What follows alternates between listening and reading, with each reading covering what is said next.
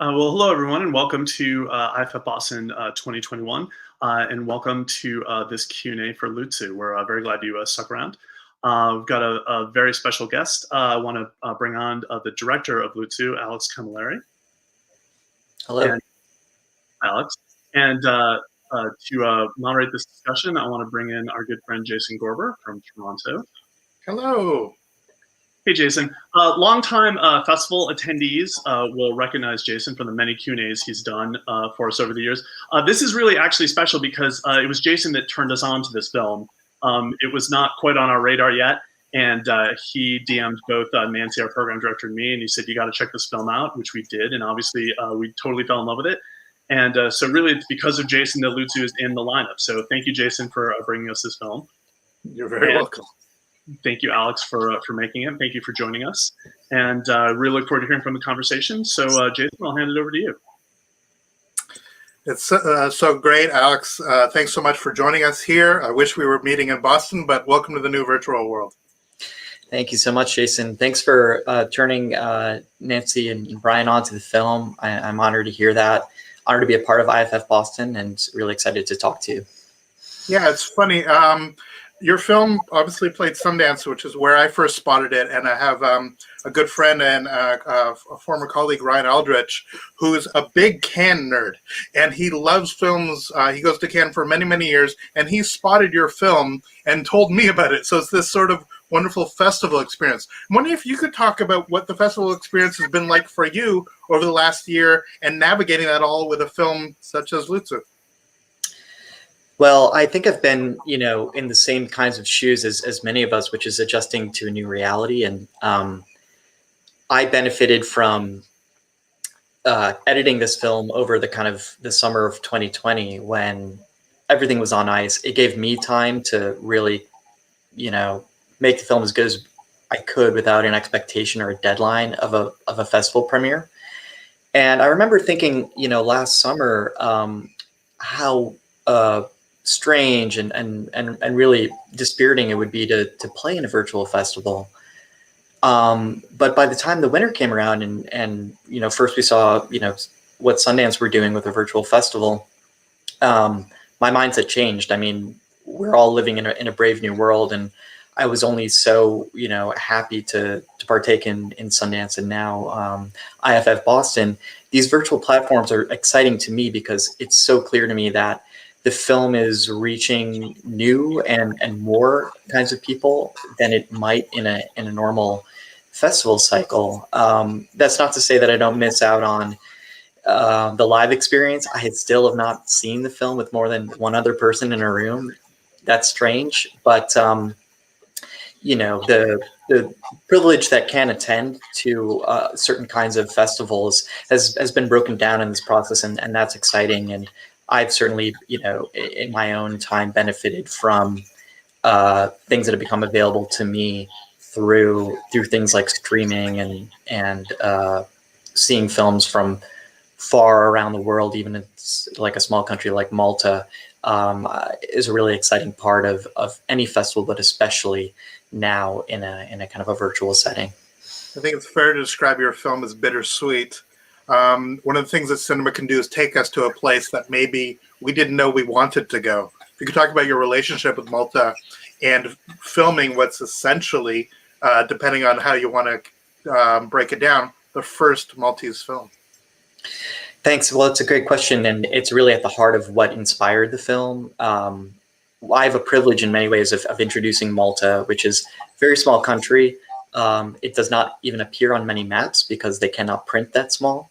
But it's an independent country. It's not a part of Italy, though it's south of Sicily between Libya and Sicily. It has its own language, its own culture, very old culture. Even though it's a young country, it's only been a republic since the 1960s.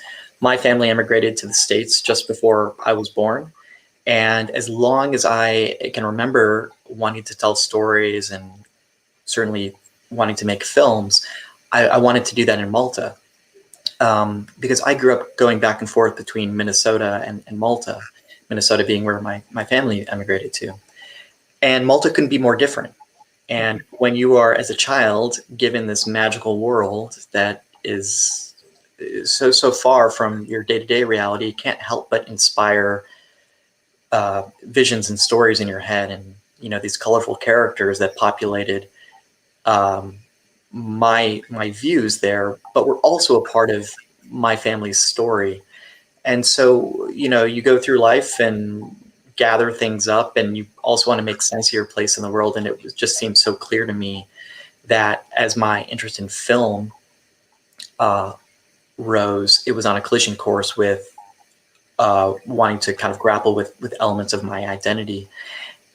The fact that there was also so little native production in Malta heightened the sense of just how imperative it would be to do it. And to speak of being a film festival nerd or a Cannes nerd, the kinds of films that pop up there are from so many different corners of the world that I knew very little about, but I was able to understand a place in a way, and understand the nature of a people, of characters through cinema. And I love that about national cinema.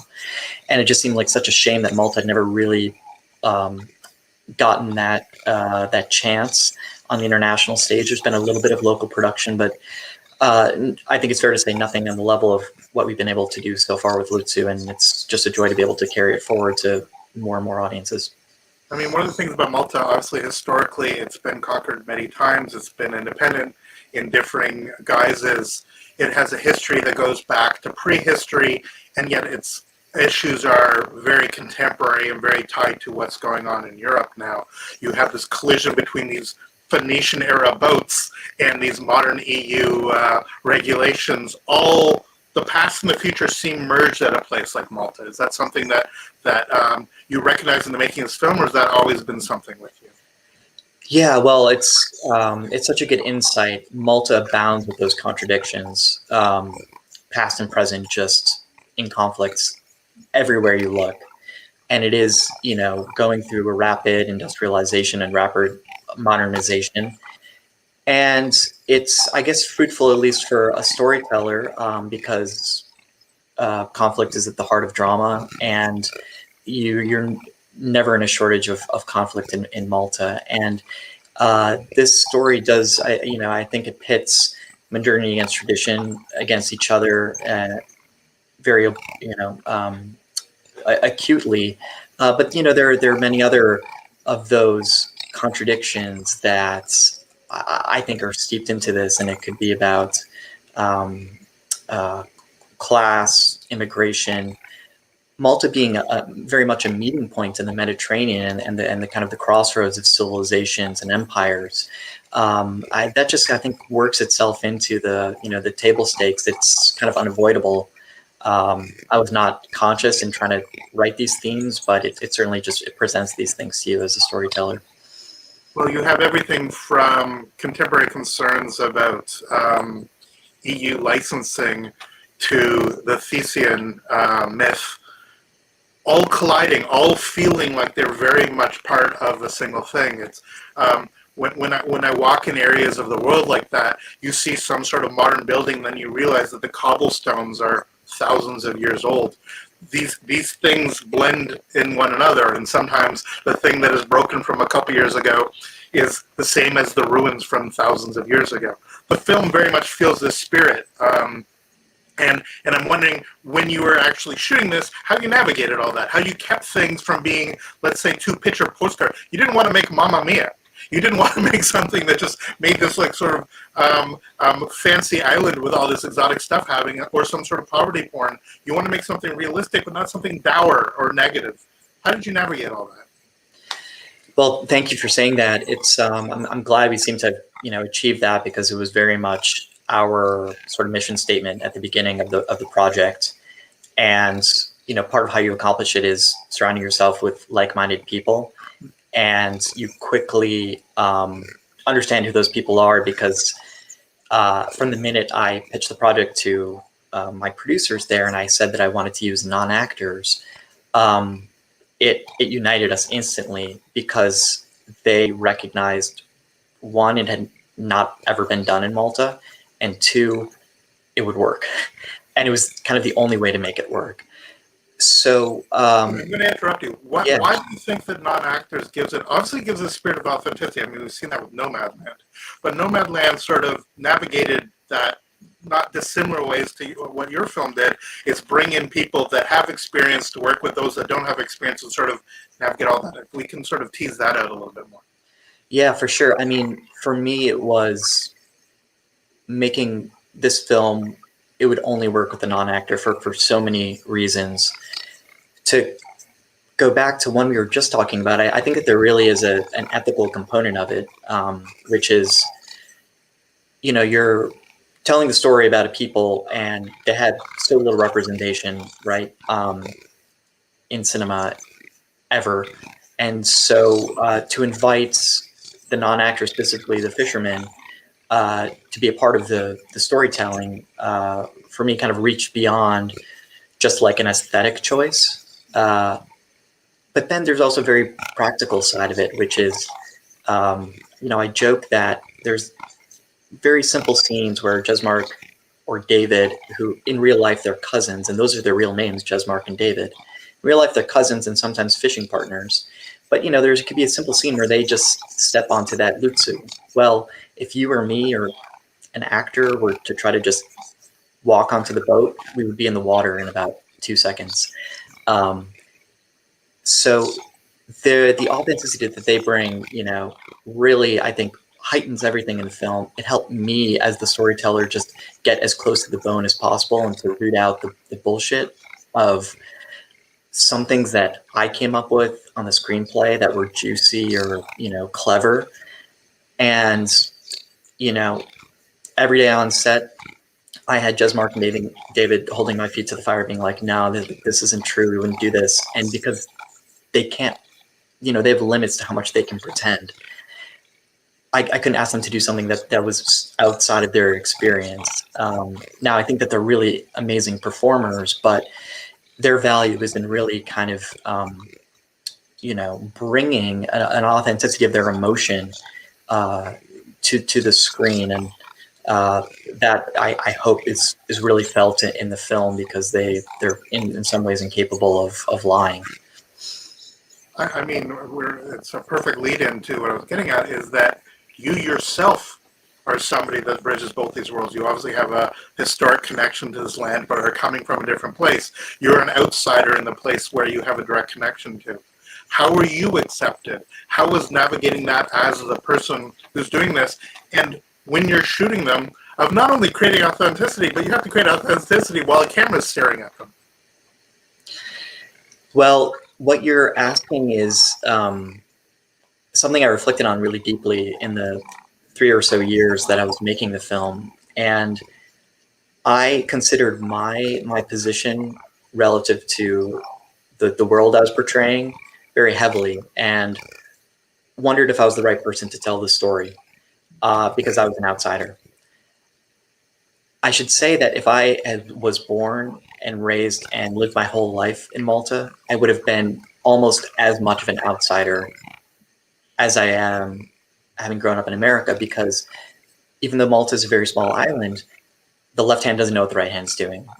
You know, you can live on one side of the island and not know anything about what's going on in the fishing community, which the one that we focus on is largely in the South.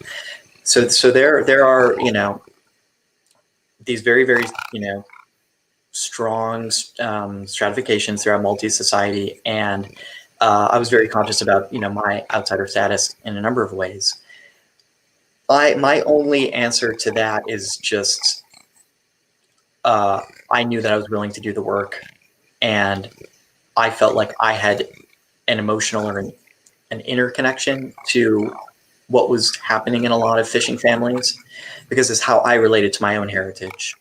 I grew up with a family who was consciously, like many immigrant families, jettisoning parts of their heritage so that their kids could have a more assured future. My parents did that with their children. And when I started researching, I learned that that's what many of these fishing families were doing. And that led, of course, to the, you know, the drama that we portray here, which is, can you let go of the past and can you find a new definition for your family, and what does that mean to you as the individual? Well, because I was assured of that kind of interconnection, and I knew I was really ready to work really hard, it led me to the kind of confidence that you need to make a film. My last point about this is that I worried about it a lot less. About halfway through the shooting, one of the fishermen's wives came up to me after a day of shooting, and she said really quietly something that really changed my perspective on it, which is that she said, it's really amazing what you're getting out of these guys. And I think if you had grown up here, they wouldn't have opened up to you as much. They would have been more self-conscious because you might talk to someone that they know, or they wouldn't feel as uninhibited. And it was one of those kind of beautiful moments where you realize that the things you perceive as your faults or your shortcomings were actually in some ways helping you, or were your strong suit. And so I do think that, in a way, for all the emphasis, many times rightly so, that we place about the authenticity of a storyteller, being the outsider is what can really liberate us. And, you spoke about, Nomadland, and, Chloe's an inspiration to me. But I watch her films, and you'd never know anything about her biography by watching them, because, she did the work, and that's what ends up on screen. One of the central visual metaphors, going back, again, hundreds, if not thousands of years, are the boats are literally looking back at us. If the eyes are the windows to the soul and all of that, you have these eyes that are staring back at us. As we witness them, they're witnessing us. I'm just wondering, when you decided to focus specifically on the boat as the way into telling the story? It's a great question, and probably later than you imagine, which is hilarious. It's hilarious.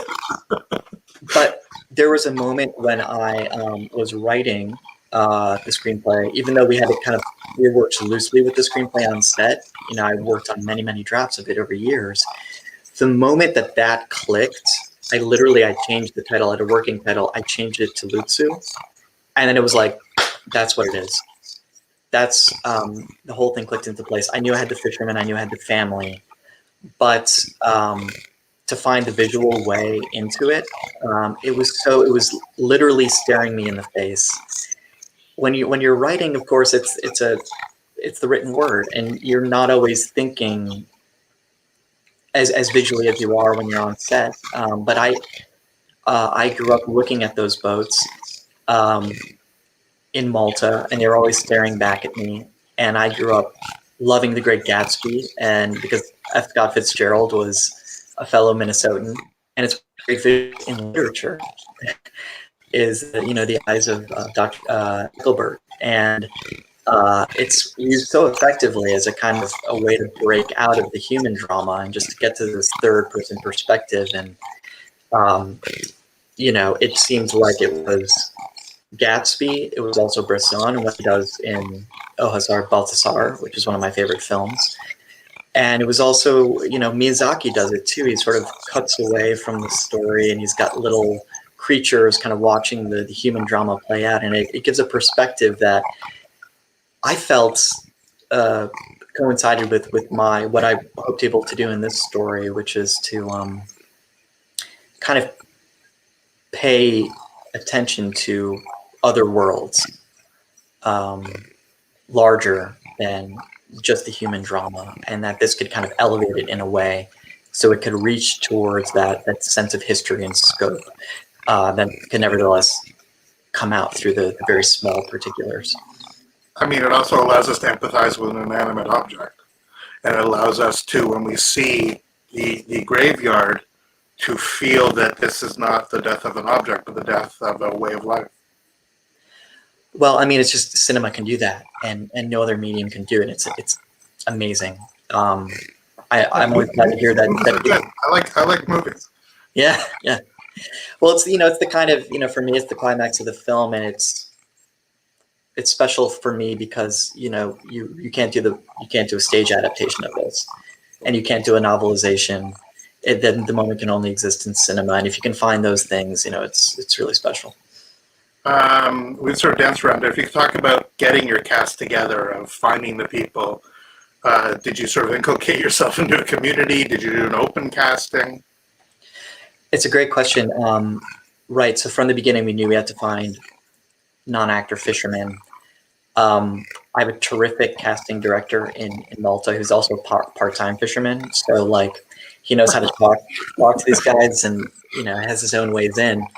But it was still a challenge because mainly we needed, younger guys between 25 and 40. And the average age of a fisherman in Malta is about 50. So just finding young guys was tough. It was not always a straight road. Often you would have to go multiple times to a fishing village and ask around. And, you'd often be told that there isn't anyone, but then if you come back on another day, there's maybe a guy, but he's not here. So you sort of were doing a little bit of a dance. We looked for months. I was coming back and forth over a couple of years of development between Malta and New York. One time I was on the last day and we got wind of Jesmark and David, who we went on to cast, but we got wind of where they would be. We drove down and I didn't have time to do the song and dance of, oh, hi, I just want to meet you, and then I'll come back, and, so you don't scare them off. Well, because I only had one day, I just said, hey, can we go on your boat right now? And I've got my little camcorder, and can we try a scene together? Luckily, they just happened to be the guys to say yes. Not everyone would. And then they also, luckily for me, they started improvising a scene, and they were awesome. The first scene that we tried together was the bycatch scene where they accidentally catch the swordfish that's out of season.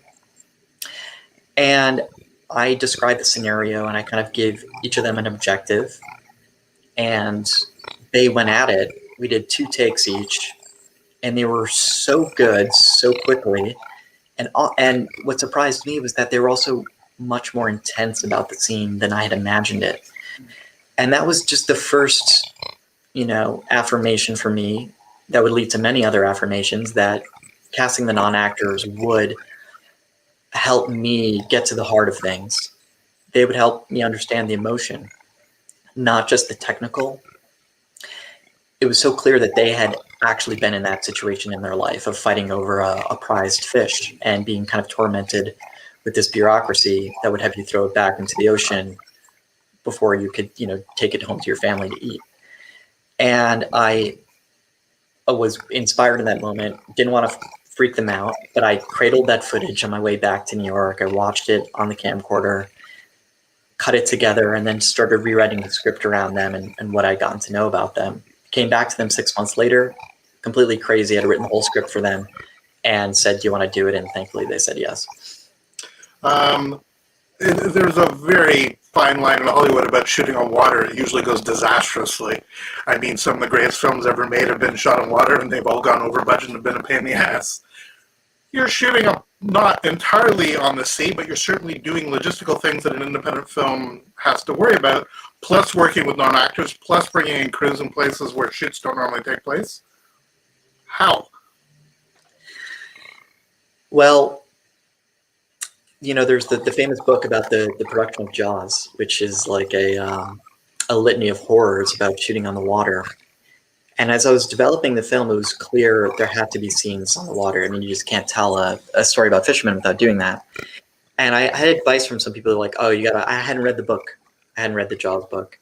And people were like, oh, you got to read the Jaws book and like how terrible it is to shoot on water. I said, I'm never going to read that book. The best thing I have going for me right now is my naivety. So how did we do it? I was naive enough to want to do it. I had a great crew in Malta. Everyone is shot on water. They've all done it. They all know what the score is. So everyone's very experienced. And then you just cross your fingers and hope for good weather. It might surprise you that the very first 2 days of our shoot, we started with water. We had looked like a patch of good weather, and we decided to nip it in the bud because the later that we went on into the fall, the choppier the seas would get, and we might lose that opportunity. We shot for 2 days, and it was largely unusable. Because you don't need good weather, you need perfect weather. You should have read the book. Well, you know what it taught me, also these are also some of the trials and tribulations of any first-time filmmaker, which is doing things out of fear or doing them out of love in a way of doing, making a choice out of fear or making a choice out of wanting to do the very best thing for the film. And that was a particular instance where we were afraid that we wouldn't get better weather than at that moment. And so we went for it. And we didn't say, no, this is not perfect weather and it's not going to be for the benefit of the film. So the third point is then you have excellent producers and they somehow figure out on a shoestring budget how you can actually throw away 2 days of shooting and then compress it all into one day and hire all the boats and all the crew that you need. And we did it on a day in the middle of October when the sea was like glass, and we got it all done. And it's a miracle. So thank you to my producers. Thank you to my crew.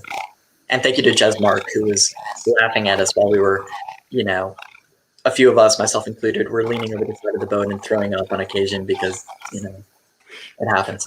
I was about to say, you got nerves and you got seasickness. This is a very bad combination. Yeah. And babies, too. Yeah, just tied to that, obviously you're the first film to be shot in Malta in this era, but films are made there quite often as this exotic locale. I mean, James Bond kind of stuff just shows up at places like that. Is that where you drew some of the experience of people who were on the island, or did you bring in people from Italy, bring in people from Greece? I mean, our crew was 99% local Maltese. And they're some of the best crews in the world. I mean, they're trained on the highest level of production anywhere because they come to Malta to shoot, Spielberg and Ridley Scott and Terrence Malick and you name it. They've all been to Malta and they've all made films there. So the crews are exceptionally well trained. This kind of film gives them the opportunity to, many for the first time, be department head, which is kind of incredible, So they rise to the challenge. They're really hungry. My DP was from Belgium, and my boom op also from Belgium, just by coincidence. There was just a few kind of people that you don't find as easily in Malta, but by and large, you're not worried about your crew at all. It's an amazing place for film crews, and I should say, Terrence Malick was shooting at the same time that we shot LUZZU, and we had we knew we were going to make this film many years before we actually shot it. And we knew the exact crew that we wanted, the people who would understand this kind of film, who would be invested. And so we got them to basically sign a blood oath with us years before we shot. Well, when it came around and Malick was trying to hire the best people on the island, we basically had them all on our crew. And they came to us and they said, this is not fair. You need to give up your crew. We need the A team here. And we didn't let them go, and they didn't let go of us, which is incredible. So I was really encouraged by that, and I hope Terry's okay. We'll see. I think Terry will be okay, but I love it's not fair. as if somehow he's more deserving than you making this film, which frankly I enjoy a hell of a lot more than much of the things that Terry has done recently. But that is a discussion that we will probably have personally, not here, part of this Q&A, where I'm offending so many members of the IFFB community. To wrap it all up, this has been obviously an extraordinary experience for you. If you could talk what it means for it to have finally sort of set sail, but go through the challenges. I mean, you're not necessarily getting the total catharsis that you might have in some ways, but on the other hand, as you say, it's setting sail to all these other places, and people are finding and discovering and falling in love with it. Well, there's nothing like getting over this hurdle of a first film. I mean, I was in a really bad state, for years, just trying to get it made and thinking it was never going to happen, and really at a loss and very much feeling like at a crossroads in my own life. So getting it out there in any format is just a huge relief. I mean, I'm so thankful that, we got it made. We almost, we had some funding issues, as many first films too, and not just first films, but we came this close, and I mean, I'm not exaggerating, this close to punting photography to the spring of 2020. And if that had happened when the pandemic hit, I like, it would have been impossible for me to see it not as a sign that this thing wasn't supposed to happen. That I maybe was not supposed to make films. So I'm grateful to share it with any audience. I hope one day to watch it, one day soon to watch it with a physical audience, because that's important. But I think with this kind of intimate film, I was sharing it with one or two people while I was editing, and they would watch it on their laptops or their tablets. And the feedback I got was positive. So I always felt like, it would play in an intimate setting in someone's home. And that's kind of the luck of the draw. So, in whatever kind of screen you're watching it on, I hope it still works and resonates. And, that I'm still very grateful for this opportunity to share a bit of Malta with you. An absolute final question when you talk about showing it to the audience. How has the response been from those that helped make the film, whatever chance they've actually had to see it? And how have their lives been shaped by being in the film? Has their relationship to the sea and to just life in Malta significantly changed since you shot? Did you capture a moment in time which, even if you went back now, would be fundamentally different because of what we've gone through in the last year and a half? Wow. Oh, it's a great question. So first, I should say that my crew hasn't seen the film yet, because we want to watch it together, and we're looking forward to that opportunity a little bit later this year. But the cast, the three leads, David, Jesmark, and Michaela, who plays Denise, they've seen it. And the response that I got that I was most happy about was Jesmark and David telling me that it would play really well in the fishing village. That was the best thing to hear. They were very proud of their work, and the truth that they felt coming through the film, even though it was different from their own lives, that I had paid attention and kind of done my homework. They were really, really glad about that. And I should say that it's maybe started to change their life a little bit. I don't want to overstate things, but the Sundance News was really big. Jesmark, the lead, won an acting award, which was phenomenal. And it was sort of leading the news in a way in Malta for a couple of weeks after the festival, because there was such an explosion of support, which was amazing for me, because people hadn't really seen the film yet, but were just already behind us. And, we all felt like kind of one team. And Jesmark, I think, was sent some original artwork inspired by the film, and I think got some very nice letter from one of the political parties. He did some news hits. So he's feeling pretty good, but I think it's going to go to another level once we release the film there. And I'm really excited for them. He might need a bigger boat. He might. He's definitely not going to get back into that LUZZU, because we have to strip it for parts. So. I'm just saying, if we're going to relate it to Spielberg, we might as well go down that road. Well, he wanted. I should say this. The first thing he said to me after he saw the film was, "We need to make a sequel, and the boat has to be bigger. So let's call it Trawler." Perfect. What an absolute pleasure. I'm so glad we had a chance to have this conversation.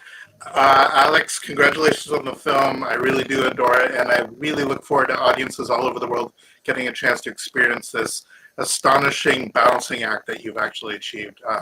Congratulations, and thank you for being part of the IFFBoston. Thanks, Jason. I really appreciate all your support, and thanks to IFFBoston. This is an awesome opportunity. I'm really, really glad to be a part of this festival. Well, on behalf of the festival, I want to thank Jason Gorber for hooking us up with this screening. They'll be releasing the film later in the year, I believe. Alex, if you can confirm that. And thank you, Jason, as always, for joining us. Alex, thank you so much for sharing LUZZU with us. We really appreciate it. Right, thanks for joining us, everybody, and we'll see you soon.